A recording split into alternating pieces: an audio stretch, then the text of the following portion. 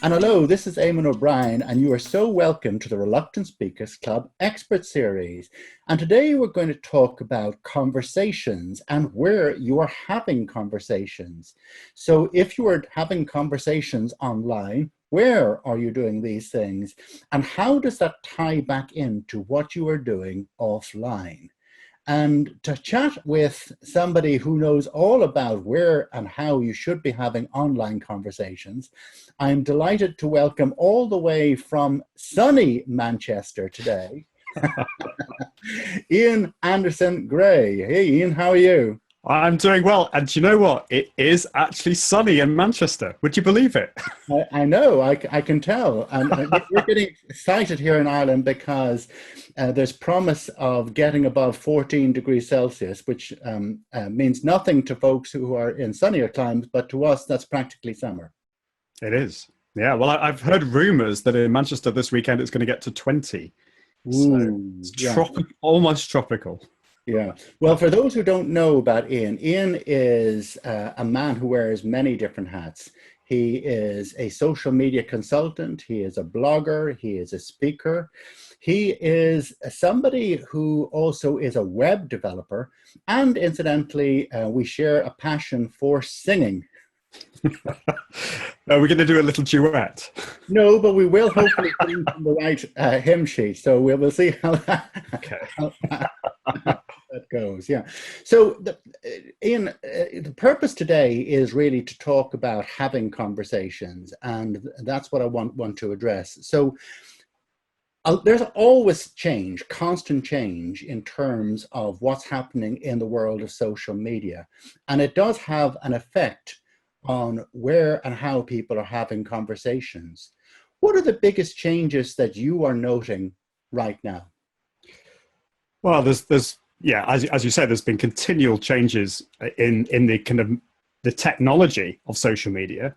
We could talk about the fact that social media in a way has just been going on since the dawn of time. But technology recently is moving from the public sphere to the private sphere. And I think we're still sharing publicly. I mean, I'm continuing to share on Facebook and Twitter. And I think a lot of us are continuing to see the value of that. But certainly with the younger generation, with, I suppose, the millennials, Generation Y, and whatever the younger generation, I forget what they're called. Y. They're called the Y generation. There's the Y, but then there's the one after that as well, which are my kids are in, and I don't know whether it's Z or Oh, Z. is there a category between Y and that's interesting because you have you have the 12 to 24 year olds, and then you have 24 to 30, and then you have the elder lemons. Yeah. So anyway, whatever they're called, I think there is this move over towards private chat. So Facebook Messenger, Instagram private messages, Snapchat, of course. We're seeing a lot more movement over to there, and I think part of that is that it's the group of friends. It's those private conversations. I mean, probably those conversations want to happen away from your parents, who are probably following you on Facebook, and so there is this movement over to using that. So private chat. Yeah, you're absolutely right. Actually, it's funny. My daughter uses Snapchat and Instagram, and of course, one of the big attractions for Snapchat is that you are having conversations that are not being tracked, and that's the part of the appeal. But even there, actually, it's interesting in terms of how people are sharing content and what they're sharing content about. But actually, if I kind of bring that back to communicators, people who have to win attention for their business, whether you're a small business owner, you're a professional, whether you are somebody who wants to be noticed for your expertise. One of the issues is that, look, all of us have a limited amount of time, and we can't afford really to be wasting it in places where nothing much is going to happen. So when it comes to figuring out where and how to spend time to effect, what advice would you give to people who need their ideas to be noticed? Well, it's a great question, a very difficult question to answer. I mean, from a branding point of view, I think it is wise to register your name, your username across all the networks, because you never know what's going to happen. You may want to concentrate on Twitter to begin with, but who knows? Maybe you'll kind of fall in love with Snapchat later and find that that is good. So even though you may hate certain networks and really not want to, it's still a good idea to register to have some kind of presence there. But I think there's a number of things to focus on to begin with. The first of all is, which social network do you feel most comfortable on? And part of that is going to be the medium. So I like Twitter because it's quick and easy, and I can have those quick fire conversations with people. I used to like Google Plus because it really had enabled me to have those deep conversations with people. But there were two issues for me with Google Plus. First of all, it took a lot of time. And second of all, it was kind of not dying as a network, but it was very much a niche network. Absolutely. And I would be with you, because I was a big advocate for Google Plus at the outset. Absolutely created some wonderful connections, but I did find that you got into ever decreasing circles very quickly. So the overall reach capacity from Google Plus was too limited. I think so. But that brings me on to the second point, which is you've got to kind of find out, where are your audience going to be, the potential people that you want to reach. It might be that Google Plus, although it's as a smaller network, it actually might be the right place for you, particularly if it's technology, or photography. There are some really very engaging networks, communities, within Google Plus. So it might be that Google Plus is still the best place for you, but it's doing the research and finding out where are your kind of potential audience going to be hanging out. And it might be Google Plus, it might be Facebook. If it's a younger audience, then it may be Instagram or Snapchat, and there might be a bit of a battle between my earlier point on that, because you might really not like Instagram, but that actually might be where your audience is. And for me, I find Instagram, it isn't my favorite network because I find it difficult to kind of get inspiration in terms of what I'm sharing on Instagram. But I do try and keep a presence there. And it might be that you just have to work at it and try and find innovative ways that are not going to take up your time too much. And I think time is the big issue. So I think investing maybe in one or two networks at the start, don't go more than that, and then find out ways of becoming more efficient and set aside times each day to do that. So for me, I probably spend 2 lots of 15 minutes every day on Twitter, and I just zap through all my mentions and I plan what I'm talking about on Twitter. If I didn't do that, I'd probably spend far longer on Twitter, and all other areas of my business would probably just die a death. So yeah, I think you need to be quite disciplined. Yeah, I like that. And I think that the point you make is absolutely right. Doing a few, but doing it well, firstly, it's easier for you to do. Secondly, your presence will be a great deal more developed. But also, you get an opportunity to test drive whether you're getting the right kind of results or not. And to your point about Instagram and Snapchat and other tools, if those markets are important to you, then you've got to really maybe think about horses for courses. So if you have more than one type of audience that you need to reach, you've got to think about what kind of conversation you can have and where, I suppose. Yes, most definitely. Yeah. And I think also you've got to think about your own personality and the kind of content that you find it easy to produce. So I love blogging, but I'm a slow blogger because I like to go into a lot of detail. So I probably will only blog once a month. I find video a little bit easier in some respects. As long as I'm a perfectionist. So I actually find, bizarrely, I'm sorry to admit this because, but I actually have I wouldn't say fallen in love with, but I have come to really enjoy Snapchat because it's so not about being perfect. It's just a case of sharing kind of 10-second videos throughout the day. And for me, I find it very, very easy to produce content on Snapchat that I can then maybe repurpose onto other networks. So, Yeah. but there is this tendency, as I think we were talking about earlier, to maybe jump on the bandwagon, particularly in the social media world. Everyone's going, "Oh, Snapchat is the next big thing, and you need to try it," and all this kind of stuff. And I don't agree with that at all. I think you need to kind of try it out, and if it is for you, great. If it isn't, try a different network. Don't feel bullied into following the what everyone else is saying. Yeah, and I like something that you said there because I think it's very, very important.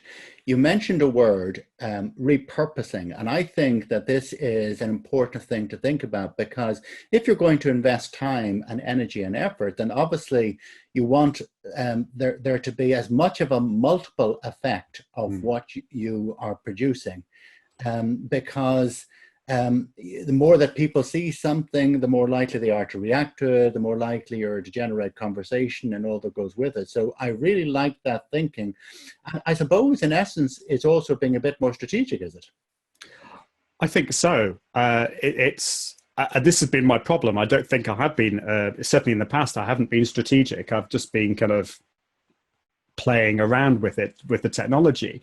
But I think as my business has grown and I'm finding that I got just not as much time as I used to have, I'm having to be much more strategic. So to give you an example, Twitter, if you're wanting to stand out on Twitter, I think where it's at the moment is video. Well, if you're recording video on Snapchat, you can really stand out. And even, to a certain extent on Instagram. So one little tip is if you are using Snapchat, you can record a 10-second video. You can download that little segment and then upload it to Instagram, and also upload that onto Twitter. So you've spent 10 seconds, maybe kind of just communicating a message, a short message, and then you're able then to kind of, in a sense, repurpose that, upload it onto different networks. I wouldn't do that all the time, but that's just if you can find a number of ways of just being more efficient with your social media use, then you can reach kind of different people on different networks very easily.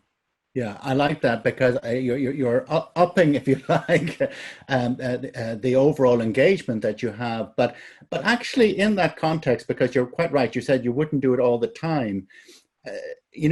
Time is limited. So if there are things that derail, if you like, potentially great communication more than anything else, what are the deadly sins that you see?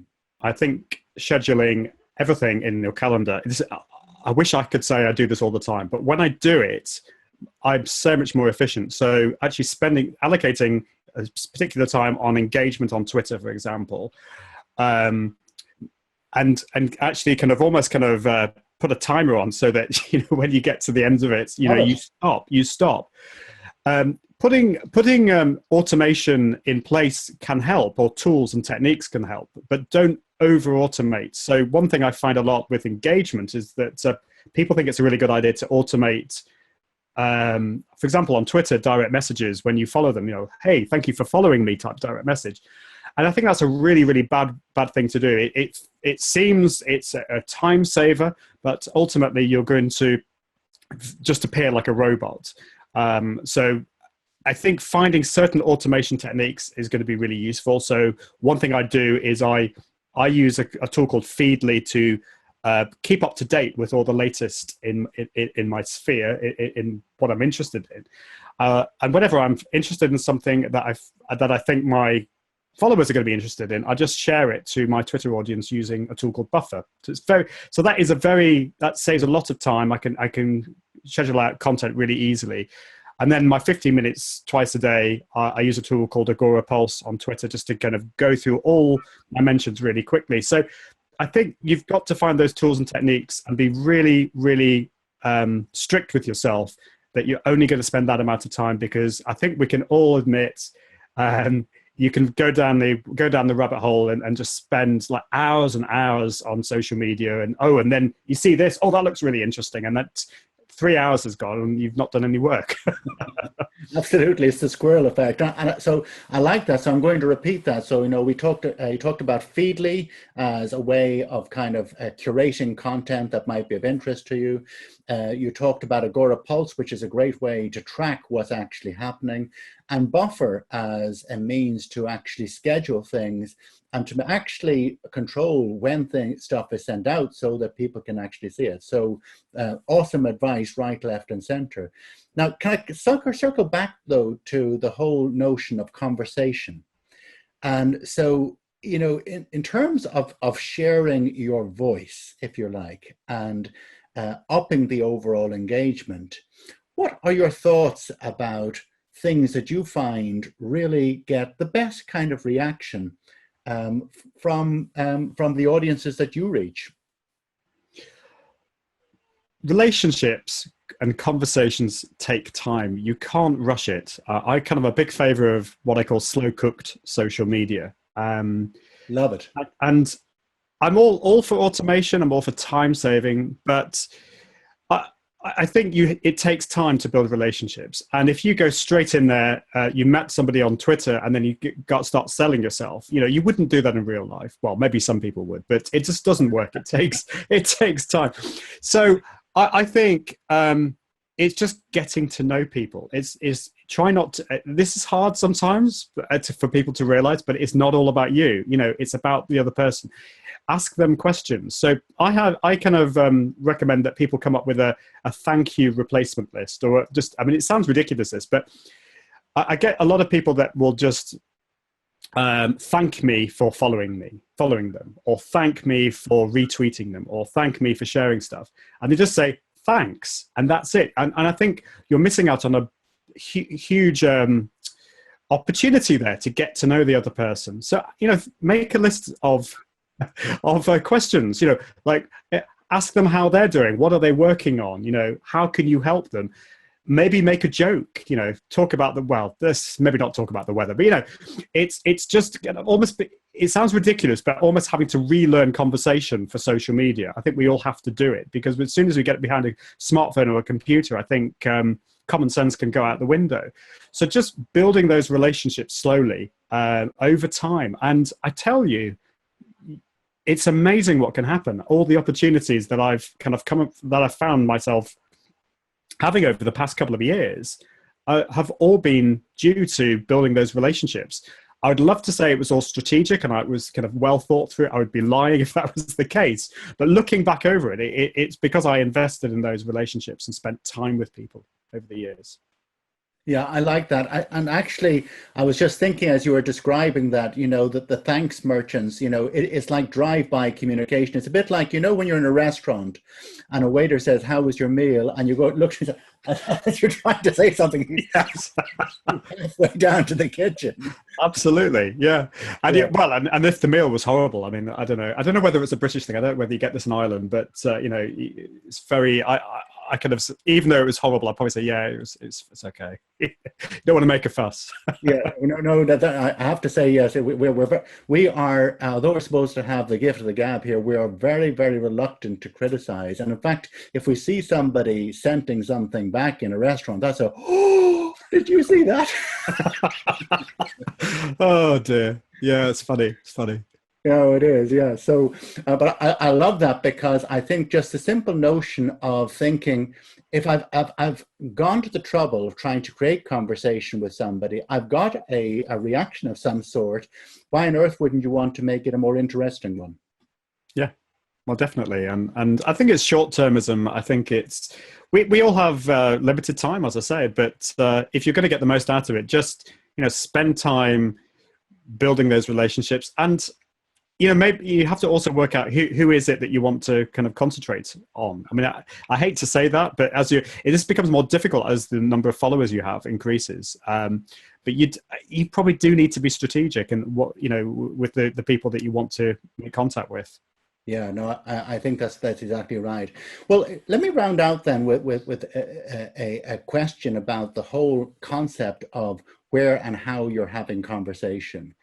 If you were giving a professional or a business audience one piece of advice, this is kind of emblazoned on your forehead, if you remembered nothing else about upping the type of conversation that you want to generate online, here's the one thing that you should do. What's in that sentence? Oh, does there have to be one thing? This is really hard. Listen, men can't multitask, I and know. women really That's aren't true. any better. So they can only handle one thing. This has taken me a long time to get to and to be comfortable with. I think we have to be comfortable in our own skin and just to be ourselves, be more authentic. We all want to kind of hide behind this kind of corporate maybe identity. I think just be yourself. And actually, I've got business out of just sharing kind of something really mundane. Like I was walking in the park with my kids, and then somebody saw that. Oh, that's really nice. I know that park. Oh, he seems like a nice guy. And I got business from that. So, you know, it just be yourself. You know, and hopefully, you know, some people will like that. Some people won't, but you know, you want to work with the people you want to work with. So that's probably my advice. Yeah, I think that I think that's awesome advice. And incidentally, the exact thing applies in the context of speaking from the stage. That I think it was Oscar Wilde who said, "Don't try to be somebody else." What was exactly the phrase he used? That the essence of it was that be yourself. Everybody else is accounted for. Was in essence what he was saying. That's great. Yeah. That's so true. And I've heard similar things recently. You know, there may be other experts in your field, but no one can be an expert in being you. And okay, it's a bit soppy, but it's true. And I think you are going to attract certain types of people, and hopefully you are going to attract the people that you like working with. So just be yourself. And don't try and be somebody else, because people can spot that a mile off. Be yourself. Yeah. Love it. Yeah. Well, listen, Ian, can I thank you for joining with me this morning? It really has been a pleasure. It's been a pleasure. It's been great fun. Really enjoyed talking to you. Well, wonderful. Thank you. And also thank you for watching us today and for tuning in to the Expert Series.